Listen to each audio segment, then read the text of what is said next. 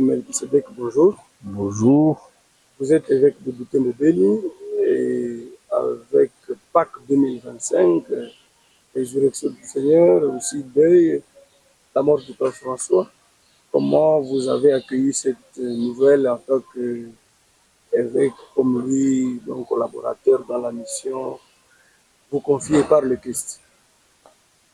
Nous avons accueilli ce matin, autour de 11h30, que moi j'ai reçu la nouvelle et transmise du Vatican, l'annonce à partir du Vatican, que le Saint-Père est décédé ce matin à 7h35.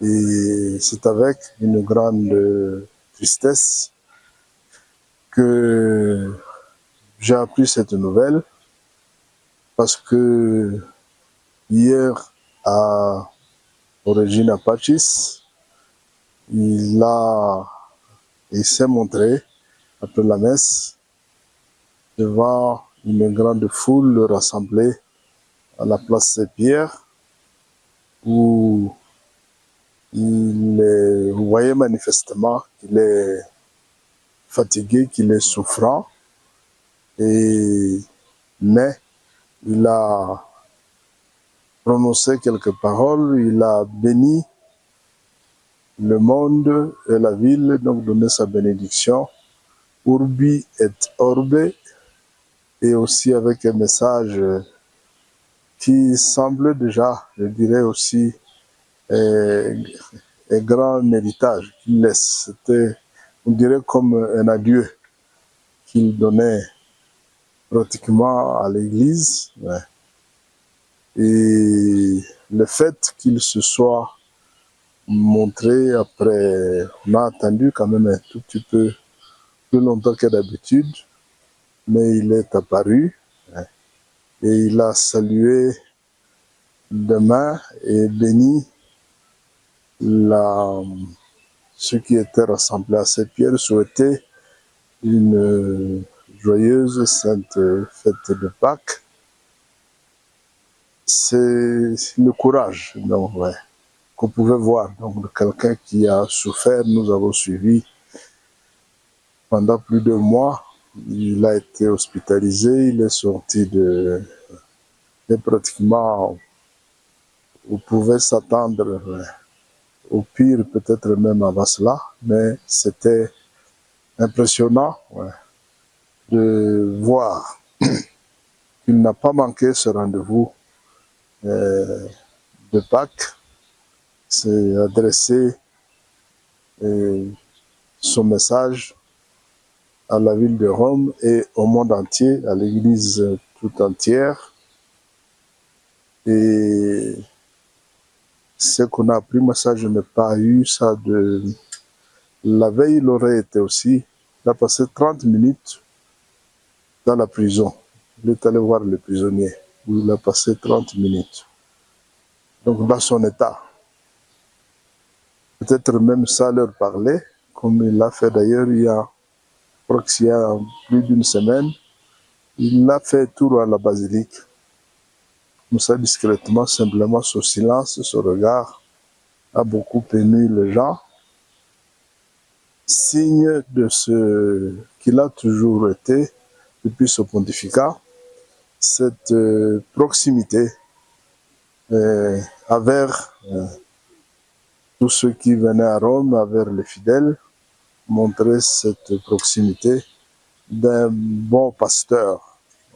Et dans sa charge de successeur de Pierre, il l'a bien montré. Donc, à la suite de ses prédécesseurs, c'était grand pape que Dieu a rappelé à lui. Mais c'est providentiellement, il part le lundi de Pâques, alors que chaque année aussi, aujourd'hui à midi, il devait encore apparaître à la fenêtre pour le Regina, pour le Regina Coeli, Et voilà, il est parti avant. Donc c'est pour ça que je dis que son apparition hier, ces mots, ces salutations, étaient comme un adieu. Et il a donc fait le geste qui convenait et qui correspond à tout son pontificat. Ouais. Alors, Monseigneur, quelle image vous gardez du pape François? En tout cas, une image d'un pape, ouais, qui a voulu, dès le point de départ, ouais, ouvert davantage encore l'Église, ouais, vers les périphéries. Un mot qui avait déjà été utilisé, je me souviens très bien, avec Jean-Paul II, lorsqu'il a été élu pape qui venait de loin, de la Pologne, et surtout quand il a nommé comme secrétaire un évêque congolais. De cela que dans les journaux, j'étais déjà à Rome, on a entendu ces mots de voilà, le pape commence à amener l'Église vers les périphéries. Et le pape François, il allait encore à faire pas plus, des grands pas, voilà, en nommant même des cardinaux dans le monde où il n'y a que à peine quelques fidèles, ouais. Mais il a nommé un cardinal et des cardinaux dans des pays où il y a une minorité de chrétiens, simplement pour indiquer que c'est pas la masse qui compte, mais on peut dire qu'il portait chaque fidèle, chaque chrétien, chaque homme de notre planète dans son cœur, auquel il voulait annoncer la joie de l'évangile, donc qui est le titre de sa première encyclique, ouais, la joie de l'évangile. Et nous a ramené vraiment au cœur de cet évangile. Ouais. Ouais. Alors, Monseigneur l'évêque, s'agissant du pape François toujours, c'est sûr que vous avez encore cette image d'un successeur de Pierre qui rêvait être à Butembo Beni. Si on prend le premier, donc sa visite au Congo, les massacres et tout ce que votre prédécesseur vit, oui. Il avait tout ça. Oui, parce que, ça je le dis, les autres n'ont pas pu le savoir peut-être, mais quand on a programmé sa visite au Congo, les noces de l'époque Montemayor, et m'avait déjà, non, c'était déjà plutôt avec non, le tout dernier, c'est toi maintenant qui me confond de nom, c'est celui qui est à Genève, qui m'avait déjà dit non, écoutez, ouais, nous pensons que le Saint-Père, avenant, pourrait aller en Mbao, là où on a enlevé les 3 prêtres. Et il m'a chargé de venir d'ailleurs d'écrire, de faire des vidéos, voir s'il y a des espaces, s'il y a demander à combien de kilomètres ça se trouve de l'aéroport. Et on a fait toute une grande documentation. J'ai mobilisé des journalistes avec drone, donc Tumbao et aux alentours. Et c'est plus tard qu'on a dit non, il ne serait pas capable de faire un voyage, ouais. D'abord à Goma, qui était le prioritaire, et en repartant, passer par Beni avant de retourner à Kinshasa, parce qu'on ne devait se faire qu'à une journée. C'est plus tard qu'on a dit que ça ne sera pas possible, ouais, à cause de son âge. Ouais.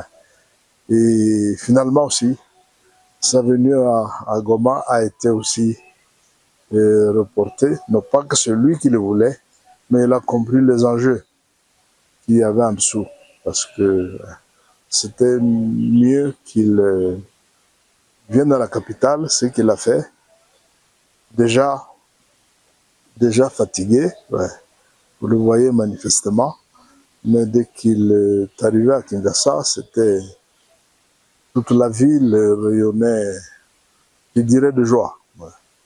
Les, toutes les confessions confondues, et même les non-catholiques, tout le monde s'est reconnu à cet homme, à ce pasteur, ouais, qui a montré sa proximité, l'amour qu'il avait pour le Congo, ouais, avec ses qualités dans des interviews qu'il a données avant son voyage au Congo. Il a loué, par exemple, l'intelligence même des jeunes Congolais qu'il avait eu à rencontrer, à échanger avec eux. Il a parlé de cette grande intelligence. Il a parlé aussi de grandes richesses que le Congo possède, mais là aussi en s'adressant aux Africains en général, surtout ceux qui dirigent nos pays, que on doit encore faire un pas plus parce que ils se vantent un peu partout des potentialités qu'ils ont en termes de richesses. Le Congo, vous savez, tout ce qu'on a comme richesse, minerais, autres, et environnementales, donc tout ça est dit, mais il devrait faire un pas à plus, à passer à créer quelque chose pour transformer et ne pas simplement vanter des richesses. Première matière, c'est bien, bon, mais il faut passer à une étape supérieure, celle de transformer, afin de pouvoir peut-être être à mesure de donner à tous les citoyens et leur donner, restituer leur dignité par le bien-être qu'on peut leur donner, parce que c'est pas normal qu'avec toutes les richesses que nous avons, on déplore encore le niveau de pauvreté au niveau mondial, sommes encore très bas. Donc, il avait raison. Et son voyage à Kinshasa, à travers tous ces discours, c'était des discours très forts, de son enseignement, où il a touché tous les problèmes,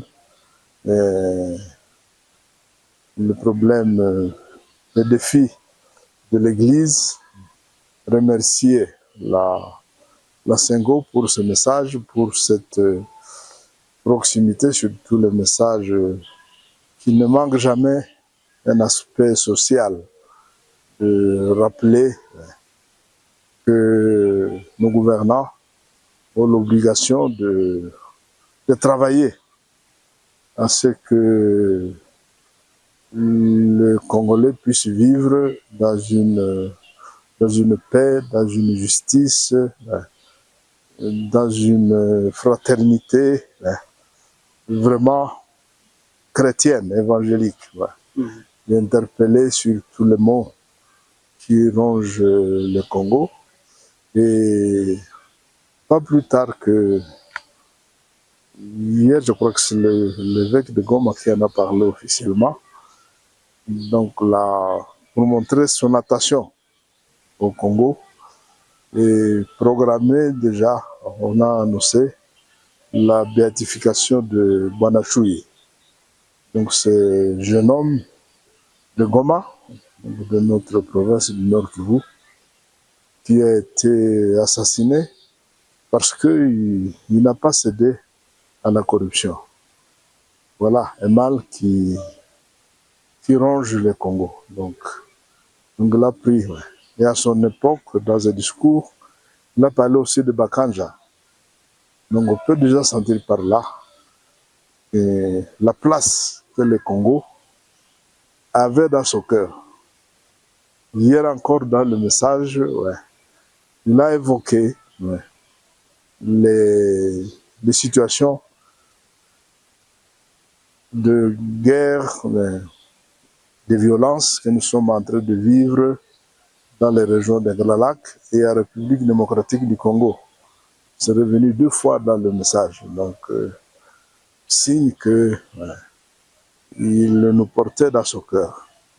Là, je m'y sens tout à fait à l'aise. Donc, Oui. Alors, Monseigneur l'évêque, tout à travers la fin, donc on le voit, dans le cœur du pape François, il y avait le Congo, en général, comme pays, particulièrement votre diocèse, quand on voit Régine actuelle de 2016, c'est là qu'il condamne comme ça publiquement les massacres. Ouais.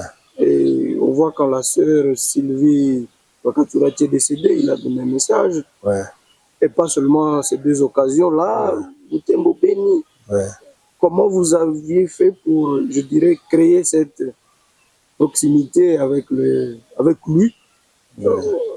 étant donné que même pour ce voyage de 2023, l'étape d'Embao avait été annulée, mais dans son cœur, c'est sûr qu'elle était là. Comment ça avait été fait pour qu'il ait l'église locale dans son cœur et puis l'église nationale? Oui, c'est parce que nous donnons régulièrement de communication de tout ce qui se passe ici à travers l'annonciature. C'est l'annonciature qui fait savoir au pape ce qu'il peut dans à l'Angelus ou dans ses messages, une situation qu'il peut évoquer, un peu pour interpeller tout le monde. Non pas que Butembo soit l'unique diocèse où il y aurait des conflits, où il y aurait des tribalismes, où il y aurait la corruption. Mais c'est un peu pour... ça s'adresse à tous les Congolais. Et à toute l'Afrique même, et au monde entier. Donc, ce n'est pas qu'il est sélectif, mais chaque message, chaque pays, chaque église peut y trouver quelque chose qu'il peut souligner sur la En tout cas, ce qui revient, c'est ça, cette simplicité, cette humilité, cette proximité, la compassion sur laquelle il n'a cessé d'insister, et cette grande ouverture au monde. Donc, parce qu'avec des messages même surprises qui pouvaient étonner, et surtout en Occident, de voir comment il autorise que les homosexuels, comme on les appelle, qui dans nos coutumes, c'est quelque chose qui ne passe pas. Mais il connaît le monde entier, il sait ce qui s'y passe. Il a dit non, ce ne sont pas, il ne faut pas les juger. Ce ne sont pas des criminels nés. C'est peut-être constitutivement, ils ont été créés comme ça.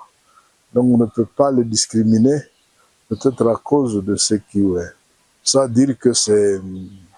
oui, qu'il il consacre ça, non. Mais il dit non, on n'a pas le droit de les exclure. Il faut, s'ils viennent demander une bénédiction, et là, moi je comprends. Quand nous, les bénédictions pour les enfants, les mamans qui attendent un enfant, les différentes bénédictions que nous avons, mais qui vous dit que ce sont dans nos églises, que ce sont tous des catholiques qui arrivent. Nous bénissons tout le monde. Donc dans ce contexte-là, je peux bien comprendre que même un couple d'homosexuels peut venir pour dire, bon écoutez, nous demandons la bénédiction, on va la donner. Ce ne sera pas une chose publique comme on le ferait à l'église. Donc, je crois que dans ce sens-là, c'est compréhensible, mais avec la sensibilité que nous avons, avec nos coutumes que nous avons, ce n'est pas quelque chose à encourager. Ouais, ouais, ouais, ouais. Alors, Monseigneur l'évêque, aujourd'hui, ce sont les fidèles qui sont également affectés par le départ du pape François. Est-ce qu'il y a une attitude particulière que vous pouvez conseiller aux chrétiens et à tous les autres? Si, la première, c'est d'abord c'est la prière pour que Dieu accueille son âme. Je dis c'est déjà providentiel qu'il part au lendemain de Pâques. Donc vraiment, lui, il a fait sa Pâques, son passage donc de ce monde au Père. Il a pu célébrer. J'allais presque dire il ressuscite avec le Christ. Donc, et on doit, c'est vrai, très triste, mais nous sommes sur terre, nous sommes des pèlerins.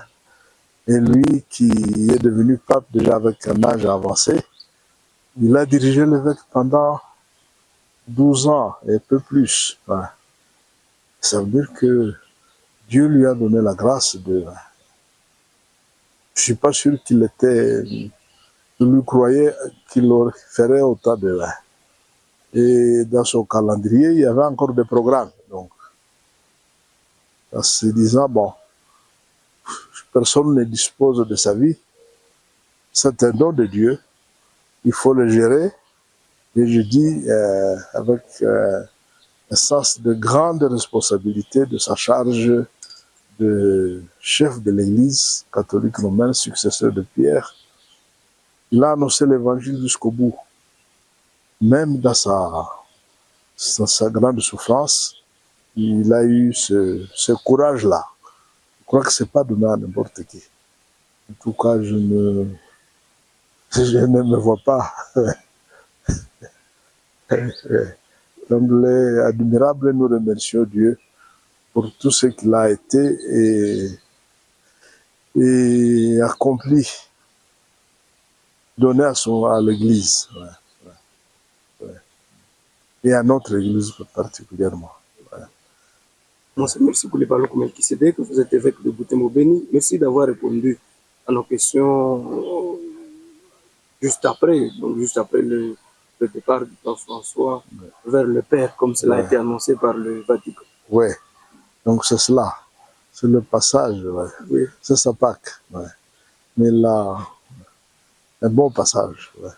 Merci beaucoup, Monseigneur. Voilà. Okay.